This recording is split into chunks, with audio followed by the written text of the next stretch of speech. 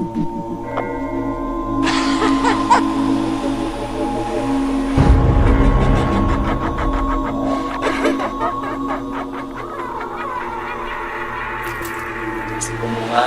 itu awalnya ditemukan di menurut pendataan ya Mas, itu oleh beliau Mbah Slamet Raharjo, adalah seorang sejarawan. Kalau ritual pemujaan ini, Iya.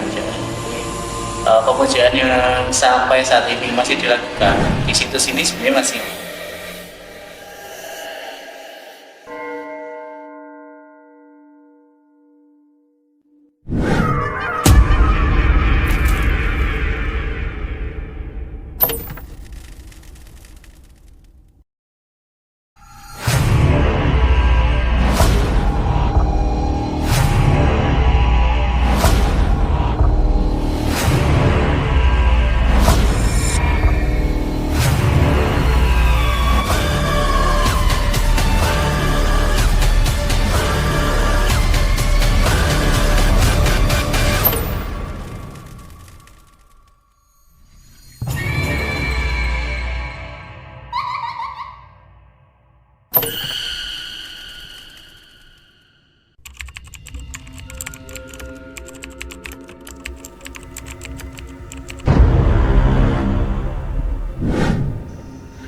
Assalamualaikum warahmatullahi wabarakatuh. Ketemu lagi dengan saya Kang Sul.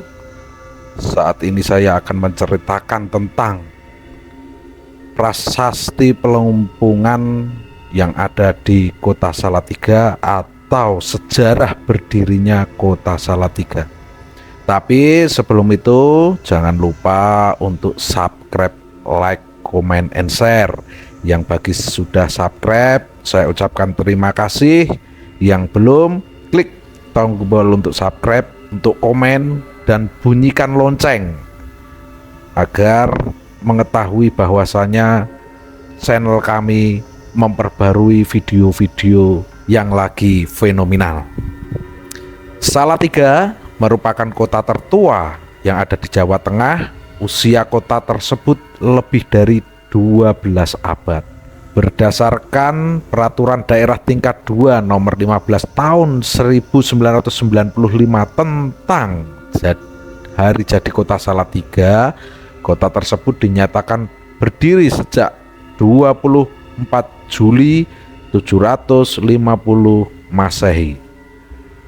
Benda yang menjadi bukti sejarah terdirinya Kota Salatiga adalah prasasti Pelumpungan saat ini.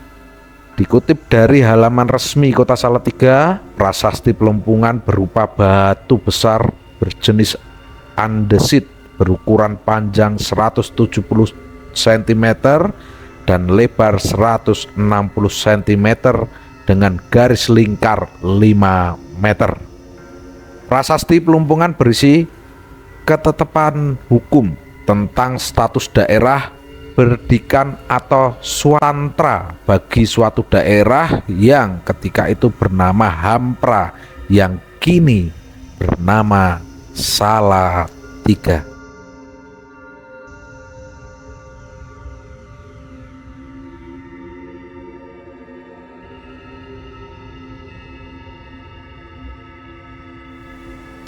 Saat ini kita ada bersama dengan juri pelihara prasasti Pelumpungan.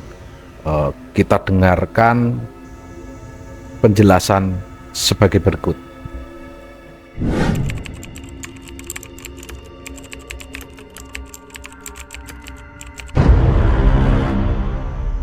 Halo Mas, perkenalkan namanya siapa Mas? Nama saya Suroto. Saya di sini sebagai juru pelihara di Museum Salatiga. Oh, baik. Boleh saya tanya-tanya ya Mas ya? Nah, sejarah batu Pelumpungan itu awalnya gimana Mas? Prasasti Pelumpungan itu awalnya ditemukan di menurut pendataan ya Mas, itu oleh beliau Mbah Slamet Raharjo, adalah seorang sejarawan dari Salatiga yang pertama kali dalam pencatatan itu beliau mengatakan pertama kali prasasti ditemukan di tahun 1965. 1965. Jadi pada tahun 65 itu asli ditemukan di sini di Kauman Kidul. yang mana dulunya semua warga itu orang tahunya itu ada Watu Tulis gitu kalau dulu terkenal. Batu tulis. Oke.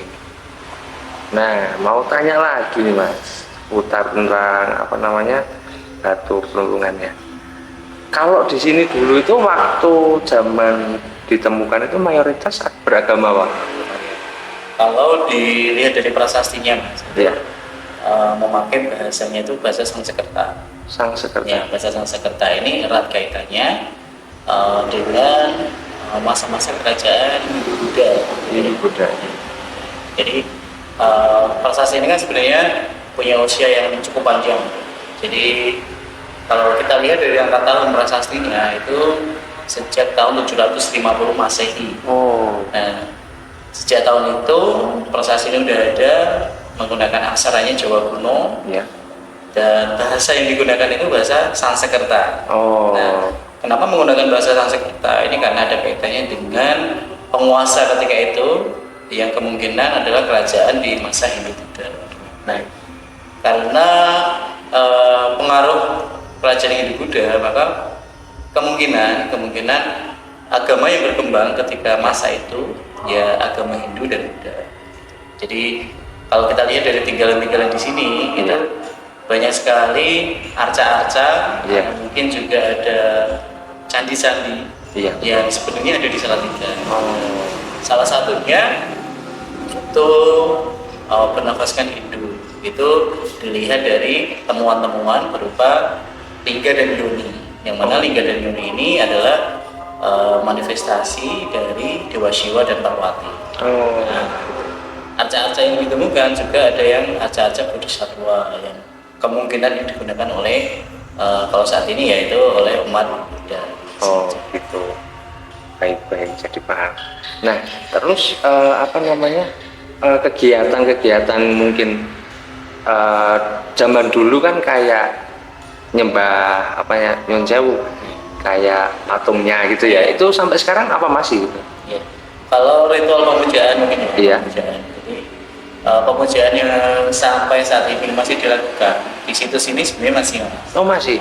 Jadi di museum kami itu karena memang situs asli menyimpan prasasti yang juga asli di sini yang tinggal pada masa lalu, di mana orang datang ke sini itu tidak hanya sekedar untuk belajar sejarah, tapi juga kebanyakan gitu masih mereka melakukan semacam kegiatan spiritualisme tentang pemujaan, kayak datang ke sini untuk mungkin berdoa atau bermunajat atau melakukan pemujaan, dan itu tidak dilarang oleh pengelolaan sini karena memang dari pemerintah kota sendiri itu dianggap sebagai kearifan lokal. Jadi banyak masyarakat Hindu Buddha pun yang masih ada di sekitaran Salatiga. Jadi tidak hanya dari Salatiga aja, dari Kabupaten Semarang juga mereka datang ke sini. Baik, melakukan pemujaan masih ada. Wow, baik. Nah, terus pertanyaan terakhir nih Mas. Tadi saya waktu syuting footage video itu menemukan kayak helm Belanda, terus ada senjata juga, terus kayak daun itu apa ada sangkut pautnya di zaman dulu? Sebenarnya ada Mas, ini memang kalau kita lihat dari nota sejarah, Salatiga itu cukup panjang usianya. Jadi usianya itu kita tuh 1000 tahun lebih. Dari masa klasik, dari masa Hindu Buddha, masa kerajaan-kerajaan, hingga kita dikuasai oleh masa kolonialisme. Museum kami itu menyimpan dari berbagai masa. Salah satunya ada di era percandian dengan candi, temuan-temuan di era candi-candi kita ada. Juga yang kita simpan tadi yang jenengan tanyakan ada helm, senjata itu dari masa kolonial. Jadi Salatiga karena dulunya dikuasai oleh Belanda, dan beberapa benda yang kita miliki ini juga berasal dari masa-masa kolonial ketika dikuasai oleh Belanda. Nah, Salatiga sendiri Mas itu kalau dilihat dari prasastinya prasasti pembunuhan itu sangat apa ya, sebenarnya luar biasa, karena inti dari prasasti Pelumpungan itu kan sebenarnya tentang tanah perdikan, tanah yang dibebaskan dari pajak pada masa kerajaan itu, yang pasti memiliki jasa yang luar biasa. Nah, biasanya dalam pengabadian apa ya, pemberian status istimewa ini itu ditulis-tuliskan dalam media-media seperti prasasti, atau mungkin pada zaman dulu itu ada media juga yang dituliskan dengan daun lontar, atau mungkin ada media lain sebagai pendukung dari prasastinya itu sendiri. Nah, Salatiga itu sebenarnya menjadi salah satu kota yang bisa jadi itu dulunya kuat erat itu dengan keagamaan Hindu-Buddha pada masa itu, yang mana banyak sekali kaum ajar ketika itu mereka menuliskan keilmuan mereka itu di atas daun lontar.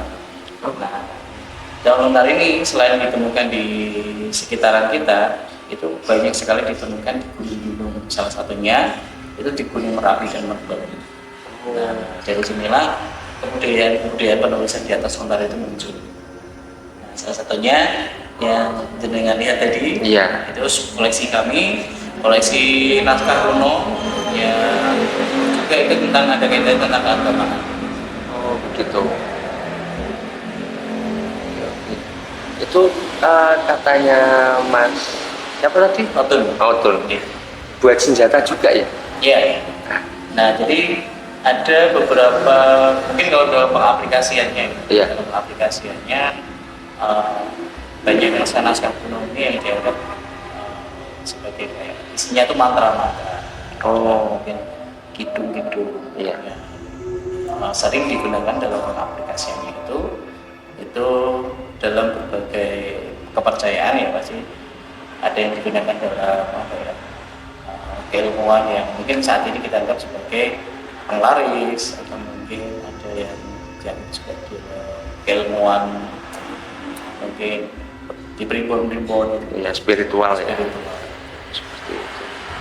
Ada yang ya dibacakan untuk keperluan banyak hal lah, Mas, tentang spiritual, biar kuat, biar sehat, biar ya banyak. Iya iya. Oke baik. Terima kasih ya Mas Otun ya atas waktunya. Mungkin kami dari tim Jejak Tilas mohon pamit. Demikianlah penjelasan dari juru pelihara prasasti Pelumpungan Salatiga. Bila ada salah-salah kata, salah-salah kita menafsirkan, kami mohon maaf sebesar-besarnya. Jangan lupa untuk subscribe, like, and comment yang belum klik tombol lonceng